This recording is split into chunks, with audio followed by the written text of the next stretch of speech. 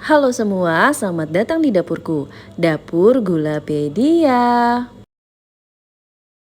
Kali ini aku akan membuat minuman yang super legendaris di daerahku. Bagi teman-teman yang tinggal di daerah Bogor dan sekitarnya, tentu nggak asing dengan minuman yang satu ini ya. Ya, ini adalah es sekuteng. Pada umumnya, minuman sekuteng itu disajikan dengan keadaan hangat ya teman-teman.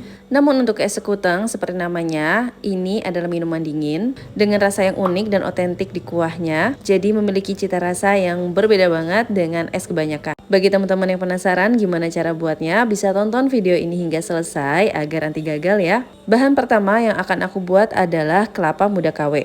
Aku buat dari 2 bungkus kecil Nutrijel kelapa atau sekitar 20 gram beratnya.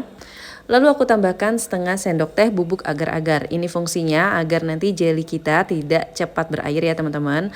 Lalu tambahkan 4 sendok makan gula dan 65 ml santan instan atau santan instan ukuran kecil.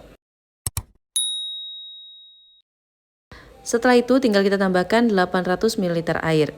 Ini airnya aku campurkan secara bertahap sambil diaduk seperti ini agar semua bahan-bahan dapat tercampur rata. Untuk versi aslinya sendiri, ini menggunakan kelapa muda.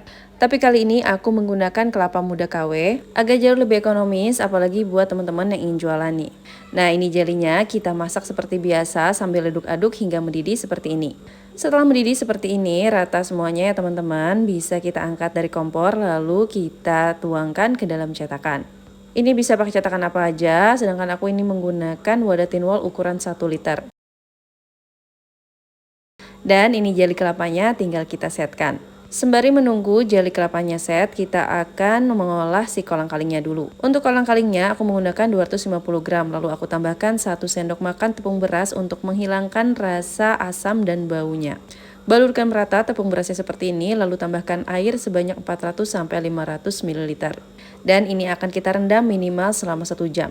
Sembari kita merendam ini, kita akan buat sagu mutiaranya.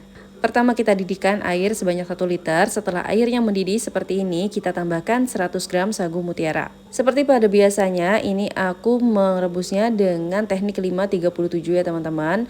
Jadi kita akan rebus selama 5 menit, setelah 5 menit kita rebus dengan air mendidih, kita akan matikan api kompornya dan diamkan selama 30 menit. Setelah 30 menit, ini aku aduk-aduk dulu si sagu mutiaranya agar tidak saling menempel. Lalu akan kita didihkan lagi airnya dan masak selama 7 menit. Nah ini sudah kembali mendidih airnya, kita masak lagi selama 7 menit dalam kondisi tertutup seperti ini. Dan ini sudah 7 menit, ini akan aku cek dulu sagu mutiaranya apa sudah matang sempurna. Tapi ternyata ini masih banyak yang putih-putihnya, tandanya masih belum matang sempurna. Dan jadi ini aku akan matikan aja kompornya dan aku diamkan dulu di atas kompor seperti ini selama 10 menit. Setelah 10 menit sagunya akan matang sempurna.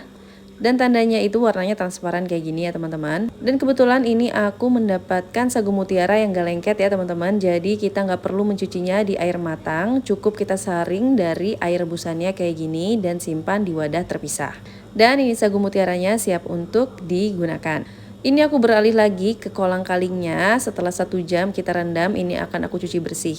Untuk hasil sendiri teman-teman bisa lihat ini hasilnya bersih banget ya, nggak ada licin-licinnya lagi, udah keset. Lanjut kita akan potong lebih kecil.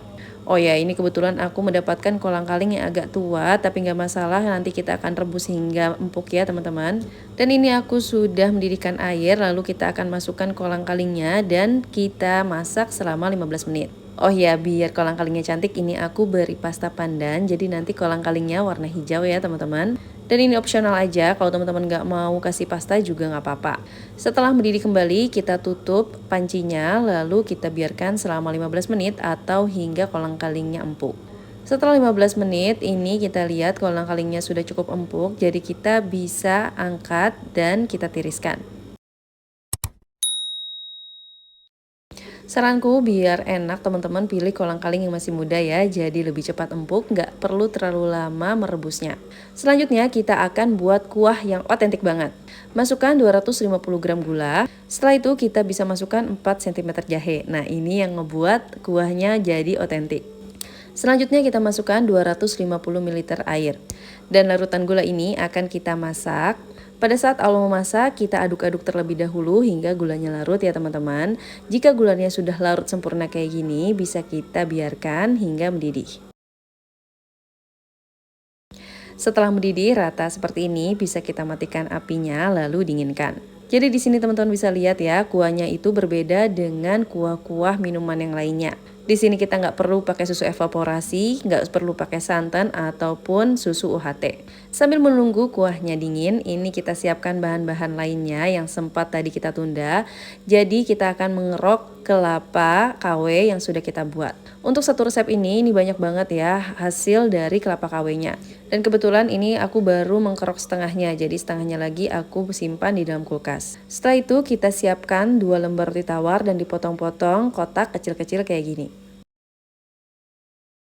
Selanjutnya kita siapkan buah alpukatnya. Ini aku pakai alpukat ukuran besar dengan berat kira-kira 350 gram untuk satu buahnya. Pastikan buah alpukat yang kamu gunakan sudah benar-benar matang ya teman-teman agar tidak pahit. Setelah itu kita buang bijinya dan agar rapi ini aku kupas kulitnya baru nanti kita potong-potong. Teman-teman juga bisa mengeroknya dengan sendok kalau mau, tapi aku lebih suka memotong-potongnya kayak gini karena nanti hasilnya akan terlihat lebih rapi. Nah ini dagingnya hasilnya banyak banget ya teman-teman. Dan ini isian serta kuahnya sudah siap semua, tambahannya itu aku juga nambahin biji selasi serta susu kental manis. Untuk penyajiannya ini aku menggunakan gelas ukuran 16 oz. Lalu dalam gelas ini aku isi es batu sebanyak kurang lebih 50% volume cup. Setelah itu kita tambahkan 50 ml air gula yang sudah kita buat tadi. Untuk satu resep kuah gula yang tadi kita buat itu cukup untuk sekitar 10 cup ya teman-teman. Lalu kita masukkan 2,5 sampai 3 sendok makan sagu mutiara. Setelah sagu mutiara masuk, ini akan kita tambahkan kelapa. Aku pakai 2 sendok makan kelapa. Selanjutnya, ini aku tambahkan dulu 2 sendok makan susu kental manis. Jadi di sini benar-benar sausnya simpel banget ya, cuman saus gula dan susu kental manis aja. Setelah itu bisa kita beri 2 sendok makan roti di atasnya. BTW ini roti itu sebenarnya opsional ya, teman-teman bisa gunakan atau enggak. Karena di kotaku sendiri itu penjual es kuteng ada yang nggak pakai topping roti ini, tapi aku lebih prefer pakai karena agar lebih banyak toppingnya jadi lebih meriah. Lalu kita tambahkan 2 sendok makan alpukat, setelah itu setengah sendok makan kolang-kaling.